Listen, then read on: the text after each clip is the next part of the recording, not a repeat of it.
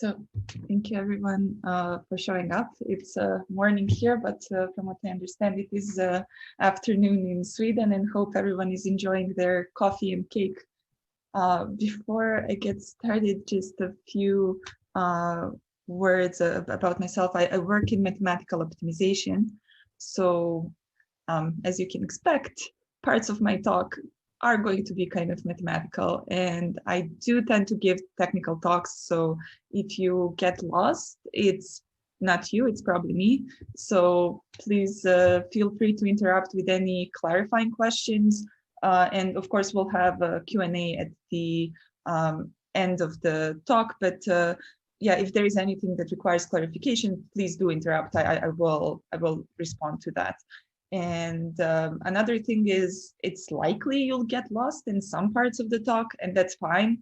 The important thing is to at least try to get the main messages, and I'll try to emphasize those. But if I miss doing that, please stop me and ask for it. Okay, so let's get started. So the main problem that we will talk about is a MinMax optimization problem. And the setup is, we have some function of two arguments, x and y, and we want to minimize over x and maximize over y. That's why it's called MinMax optimization. It is also called saddle point optimization, because solutions to these problems in two variables, so in 3 dimensions, they have the shape of a horse saddle, as you can see here. And we normally make some minimal assumptions about the sets over which we are optimizing. And those minimal assumptions are that these sets are closed and convex. If this doesn't make sense to you, just think about it as the minimal thing we need to assume. Otherwise, the problems tend to get quite hard. We very often also assume that the function is what is known as convex-concave. That means, you know, if you're looking in the direction of x, the function is nice and convex. If you're looking in the direction of y, it is nice and concave. And one of the central results related to MinMax optimization is the celebrated von Neumann's theorem from 1928 that tells us that when we have this basic setup where the function is convex-concave, and these two sets are closed, convex, and a little bit more compact, meaning that they are bounded, they're not too big, then the solutions to these problems exist.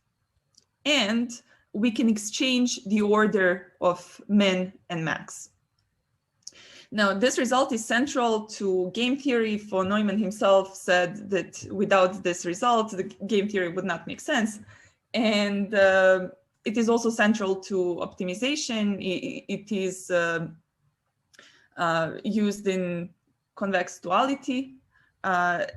What that means is that this ability to exchange the order of min and max can be very, very useful algorithmically, because sometimes it is easier to do one of the two orders. So sometimes it's easier to first minimize than maximize, for example.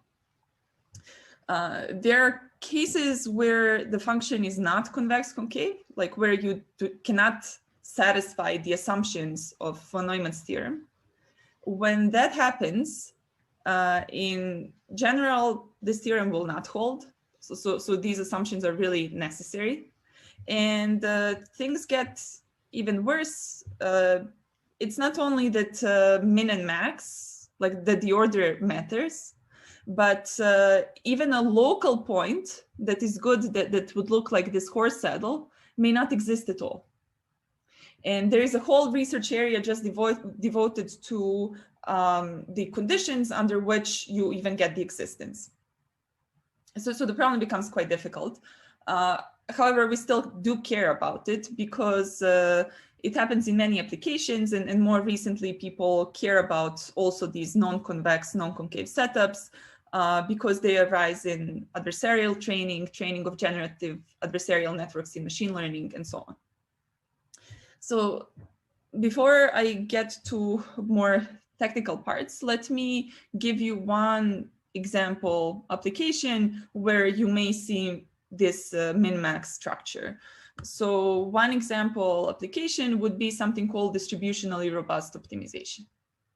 So the setup is your standard setup of supervised learning. You have many data vectors.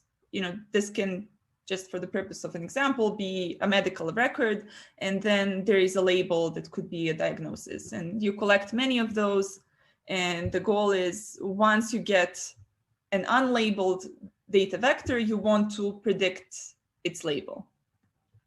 Now, one standard way of training the models that can predict the labels is known as the empirical risk minimization. And the setup is that you define some loss function that tells you how good your model is, and you want to minimize the average loss function over these labeled data vectors. Now, this is very commonly used. And one thing about the empirical risk minimization is that it optimizes the average performance. So what is kind of a hidden assumption here is that your data is homogeneous. If your data is heterogeneous, empirical risk minimization may not be good. So that's where you see, and many of you might have seen like all these different popular news articles saying Facebook is not good at classifying dark faces, or insert whatever company you like, because they were training on sets that did not have enough examples of darker faces. Right?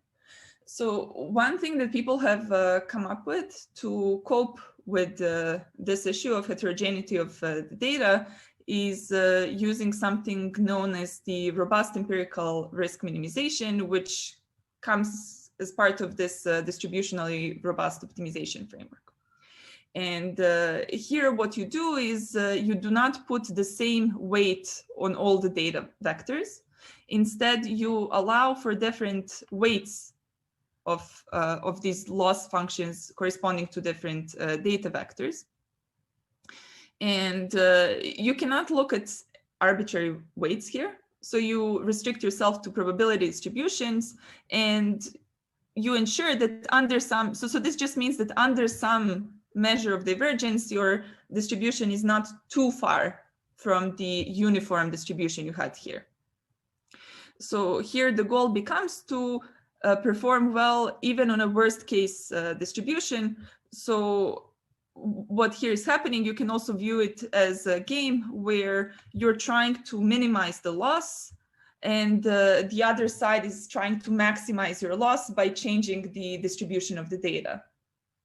Right, so that's one place where you would see this MinMax formulation. Of course, there are many, many different examples. This is just one of them. So going back to MinMax optimization, there are typically two types of guarantees that we require when we have some candidate solution. So how do we say that we have a good solution? One criterion is to say that we have a small optimality gap. And this is something we can primarily do when our function is nice, meaning convex-concave. And the optimality gap is, you fix this x bar, y bar point, you try to maximize over one side, over y, and you try to minimize over x. And your solution is good if you cannot gain more than an epsilon, where epsilon is your target error. Another notion of goodness for your solution is stationarity. And now this is a fairly complicated expression. It means just that locally you cannot improve much. So this is something that makes sense even for the setups where your function is nonconvex-nonconcave. And the easiest way to think about it is in unconstrained setups, this reduces just to having the small gradient of the function. So requiring that your function is flat around the point. Okay, so a few things I want to say about MinMax optimization are in comparison to standard optimization where you're just minimizing the function. And my point here is that min-max optimization problems are harder and they are fundamentally different. Now, let's see why. So let's say on one side, I have a problem where I'm just minimizing a function. And on the other side, I have a problem where I'm doing this min and max. So the most basic setup for minimization is when you have a function that is convex and L smooth. So L smooth means the gradients are Lipschitz. This is the minimum assumption you need for gradient descent, which is the most basic algorithm to converge. On the other end, the corresponding assumptions would be that the function is convex, concave, smooth, and we also assume that there is a solution, just, so for everything to be well defined. For min optimization, this means that no matter what your feasible set is, if you have a candidate solution, your function value gap, known as the optimality gap, is going to be finite. For min-max optimization, unless your feasible sets are bounded, unless they're small enough, your optimality gap may be infinite. What this tells you is that you cannot be using optimality gap as a measure of goodness of performance as soon as you have unconstrained optimization problems. So this is stark contrast to standard min optimization. Another thing is that your most basic algorithm that converges in standard optimization, when you try using the corresponding counterpart for min-max optimization, not only does it not converge, it diverges. It means it can be getting further and further away from a solution. It's quite interesting. Things get even more interesting when you go away from convexity, which is like these nice properties of problems. So in the standard min optimization, when you have a problem that is non-convex and smooth, you know that your standard, the most standard algorithm, gradient descent, is going to be converging to a stationary point. And you know that this is going to happen. You can guarantee how fast this is going to happen. It is computationally tractable. You go to min-max optimization, make the corresponding assumptions, and, well, obviously, gradient descent is not going to be converging, but things are worse than that. The problem is computationally intractable. It is something known as PPAD complete. So it is similar for you who know about NP completeness. It is just a class of problems where all problems are polynomial time reducible to each other, but we do not know of any polynomial time algorithms. You can say even more than that. For all the standard algorithms that you would use in optimization, so anything you would normally think about, the complexity is exponential in at least, either dimension, your parameter of the function, or the target error. So really, really high. So these are really, really difficult problems. Okay, so what I want to do here first is talk about this standard setup where we have that the function is convex-concave. So we know that the problems are still tractable, but as I said, making the optimality gap small doesn't make sense. So we need to look at this notion of stationarity. And that problem is kind of tricky. And how we solve it is by making a connection between min-max optimization and the seemingly unrelated problem of solving fixed point equations. You'll see that in a second. In the second part, as I said, the non-convex, non-concave setup is very difficult. So this forces you to introduce structure. So I'll talk about how one way of introducing structure to get computational tractability. And just for good measure, for you to not to get a sense that min-max optimization is always harder and you always need to do extra work, I'll give one example where you have a convex optimization problem, so standard minimization problem. But when you take this min-max optimization perspective, it turns out that you can do better and get a faster algorithm. So it's not always making things harder. Sometimes it can be quite useful. Okay, so let's do the first part.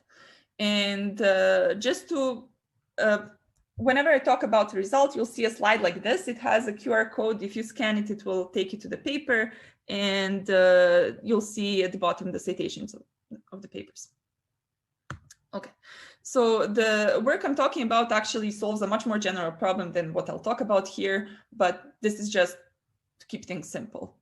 So the basic version of my goal here is I have some target error epsilon, and I want to find a point at which my gradient is small. So this capital F, I'm just taking stacked gradients with respect to x, and minus the gradient with respect to y. The gradient is high-dimensional derivative. So making this small means finding a point where a function is flat. So that holds for several points. It holds also for some other points. Okay, and then this is kind of a standard way of working with these problems. And for this part, I'm assuming that F is convex-concave. That implies that something like this will hold, like this inequality will hold for any pair of points. And this notion of finding a point with small gradient is well defined even when you cannot approximate the optimality gap, which is what I talked about 2 slides ago. And you can say even more than that. If your gap is well defined, if you get an algorithm that has optimal rate for this problem, meaning it's as fast as possible for this problem, then you will also get an algorithm that is as fast as possible for making the optimality gap small. What about the opposite direction? I'm sure many of you would guess that it doesn't hold. And there is a recent result that shows this. And in fact, for a whole class of algorithm that are as fast as possible for making the optimality gap small, they turn out to be suboptimal for this problem. So this is a more general problem. It is a harder problem to solve, and it gives you more. Okay, so I mentioned that there is a word structure floating around. So what is the structure used here? The structure is that for one class of problems, one class of MinMax problems that satisfy an assumption that looks like this, and this is a very strong assumption, in fact, you get that they are in a certain sense equivalent to problems of solving fixed point equations, and I'll come back to this in a second. Now, I said this is a very strong assumption, but it turns out that if you can handle this basic case, you can build for it and get results for many other classes of problems that cover many more applications.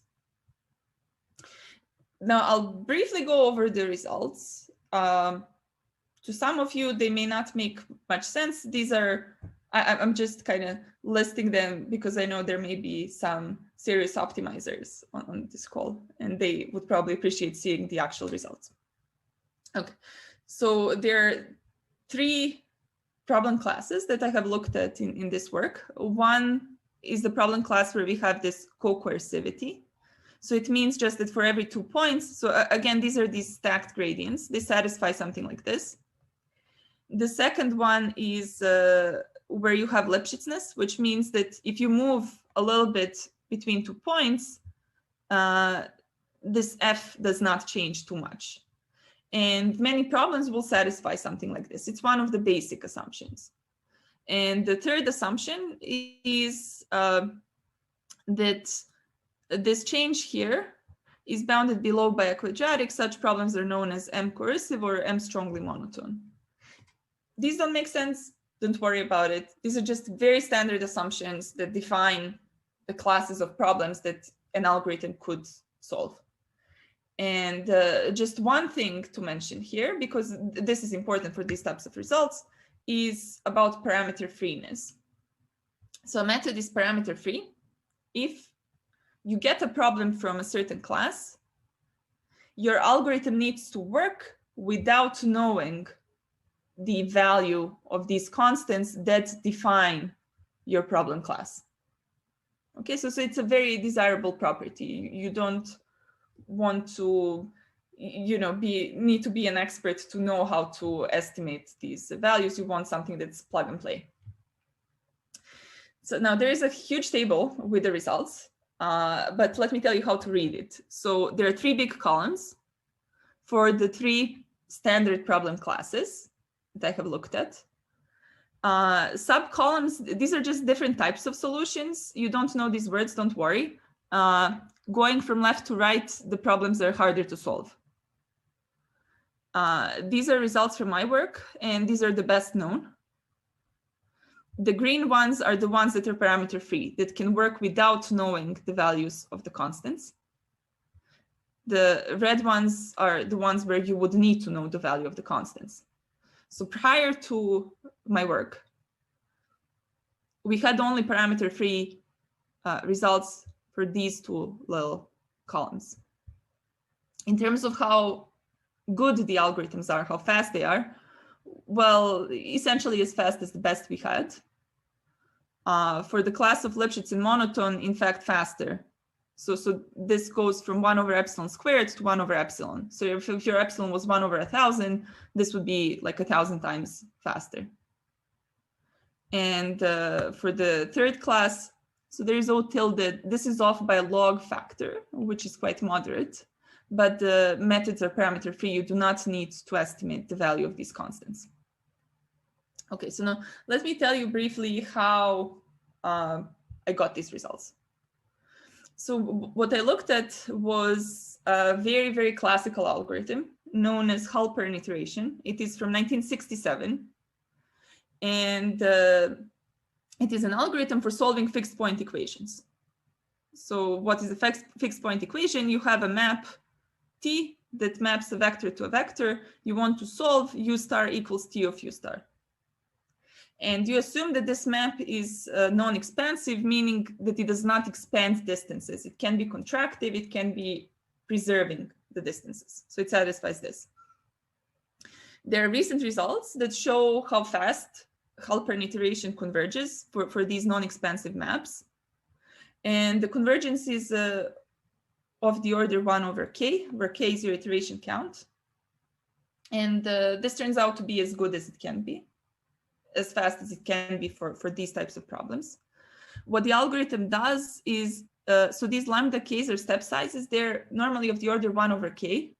So you mix in a little bit of the initial point and a lot of the map of the previous point.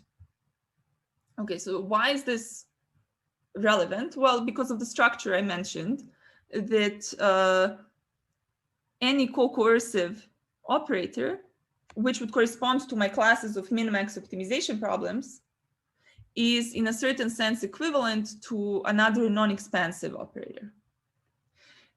Now, if I take this map to be this, so ID is an identity operator. So if I did this for a co-coercive operator, what would be the fixed point of T? So fixed point by definition would be T equals, this equals UK.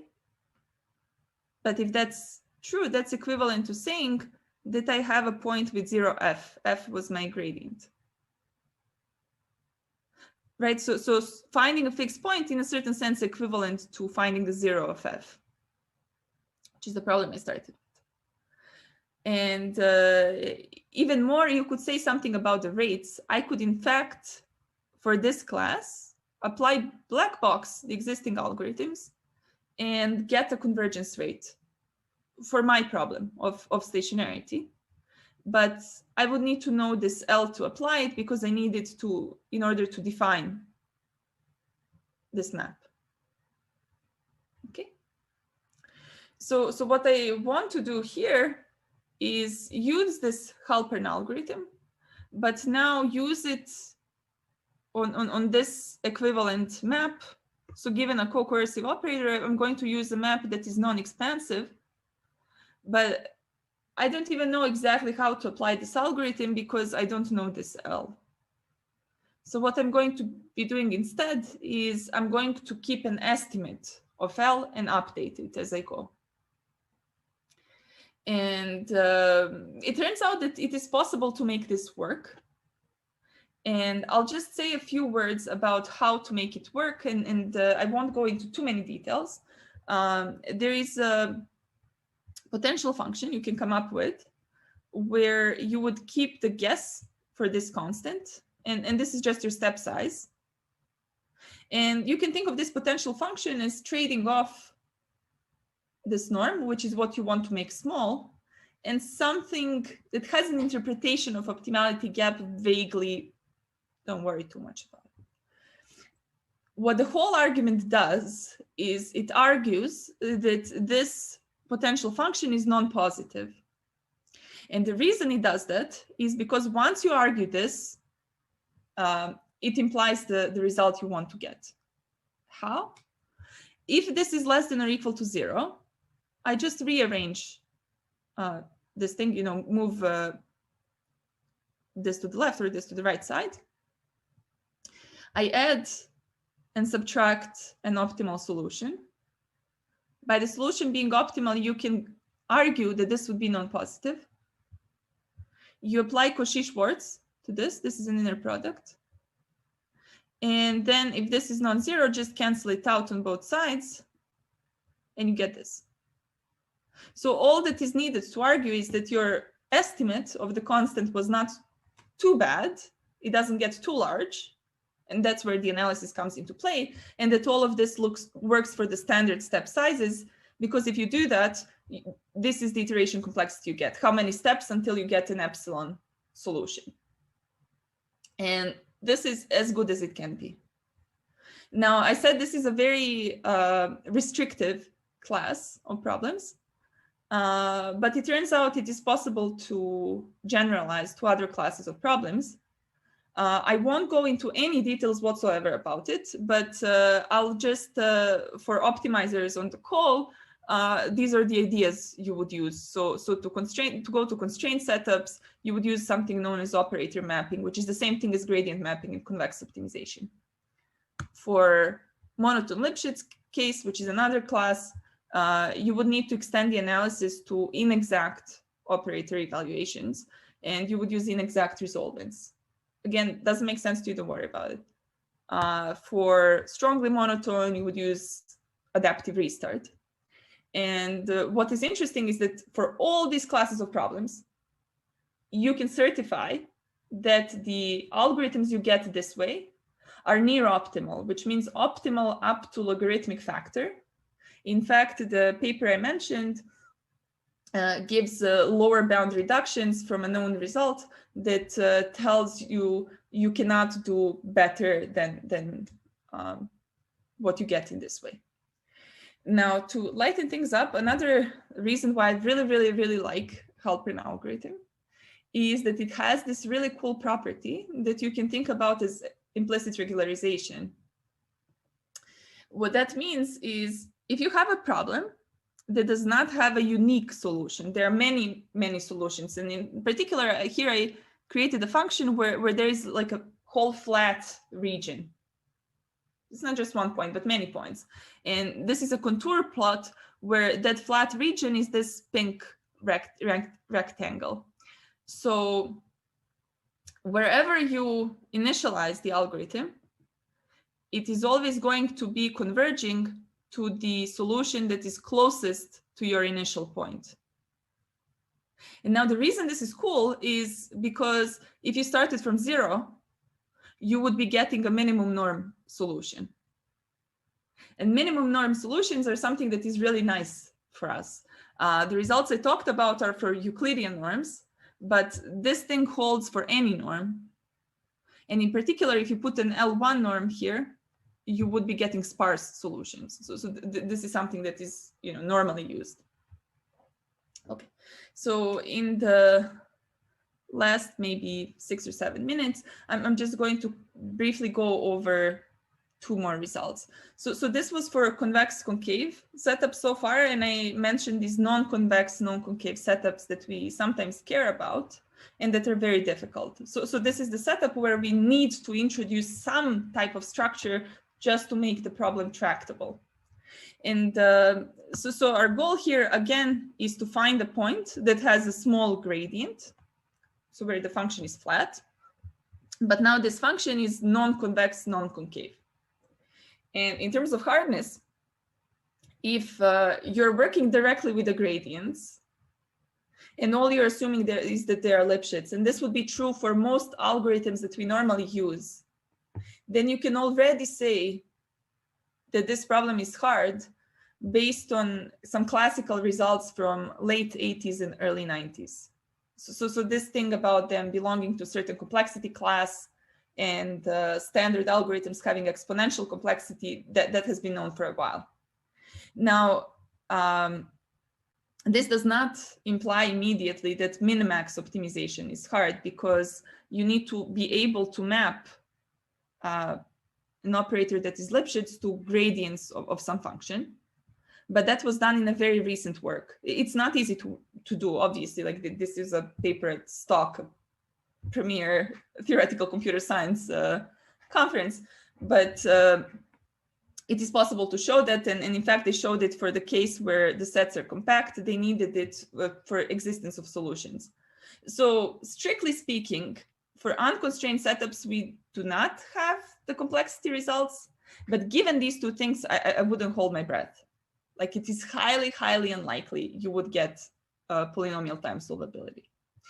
Now, this was a bit confusing to me, because the hardness here is not for finding an actual solution. It is just for approximating it, for finding something that is epsilon. Because when you look at standard non-convex optimization, you know, function is bounded below, you use gradient descent, you know it converges. Function is bounded above, you use gradient ascent, and the whole thing converges. And here, you know, you're just working with the gradient, you may as well do this.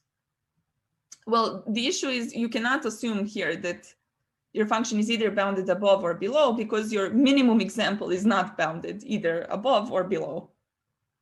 And there's a different argument you can make for constrained setups. So the structure here is something we introduce. So what we assume is a condition like this.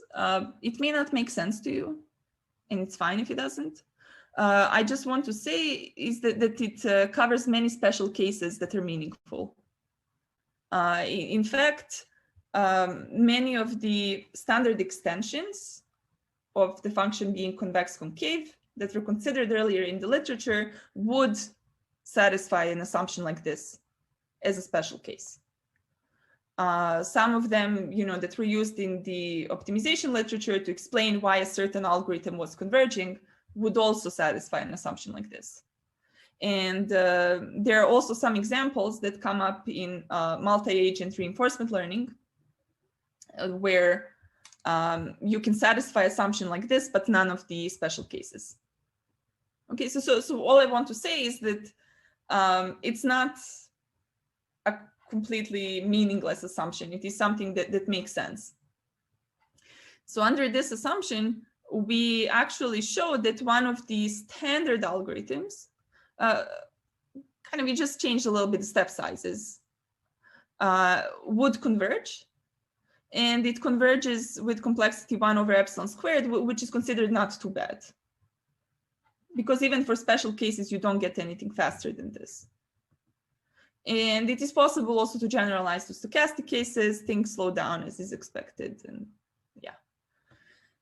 So the final thing I want to talk about, just to end on a more positive note, that things are not always more difficult, and you don't always need to do extra work if you're doing min-max optimization. So here I'm going to talk about a convex optimization problem where doing min-max actually helps. The work is joint with my postdoc Xiaobing Song and my colleague Steve Wright.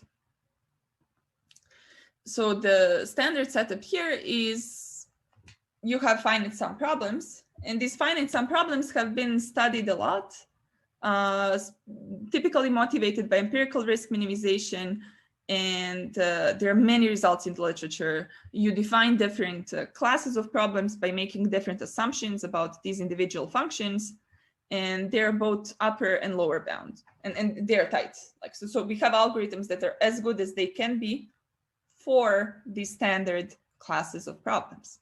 Now, I'm emphasizing that for a very good reason, because when you look at empirical risk minimization, the way your problems look like are these. You normally have some loss function and a regularizer, but you have more.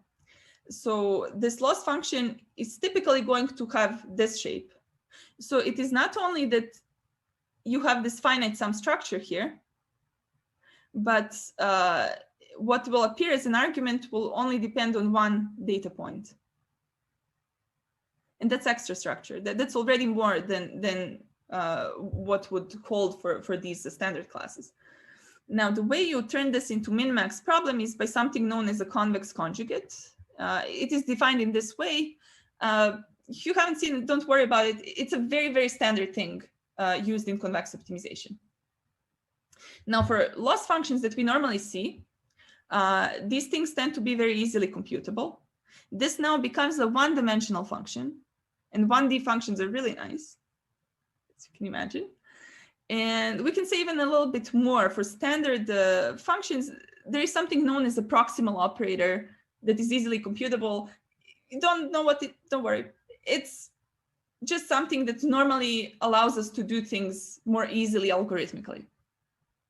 And in particular, this will hold for many standard problems such as support vector machines, least absolute deviation, lasso ridge, you name it. Now, I'll just tell you what the results are, and I'll stop there and start the discussion. So for this specific problem, if you don't make almost any assumption except for convexity for these losses and regularizers, so in particular, this would be for things like support vector machines, lasso regularization, your iteration complexity looks something like this. So you have this first part, which is n log n, and something that is independent of n. Epsilon is your target error. This is maximum norm of the data vectors.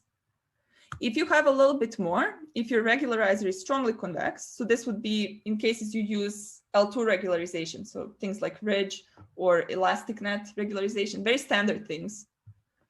You can get something slightly better where you go from 1 over epsilon to 1 over root epsilon. This m is just constant of strong convexity. What is interesting here is that this is completely independent of n, the number of data points, which is very, very large normally. The algorithm you get is very efficiently implementable. And what makes the result particularly interesting is when you look at the lower bound that ignores the special structure of empirical risk minimization, that just uses finite sum structure, you would necessarily have a root n here. And remember, n is huge. So just by using this whole structure, you shave off a whole factor root n. Isn't that great? Okay, so I'll stop talking here. So just to summarize, MinMax optimization problems, they can be deceptively similar to things we are comfortable with and used to, but they have some special properties that often make them more difficult. Right? And structure is very often necessary, as sometimes it's just plain useful. I have some open questions, problems for all of the 3 results I talked about, but I prefer to stop talking here and actually start answering questions and participating in the discussion. So thank you very much for listening.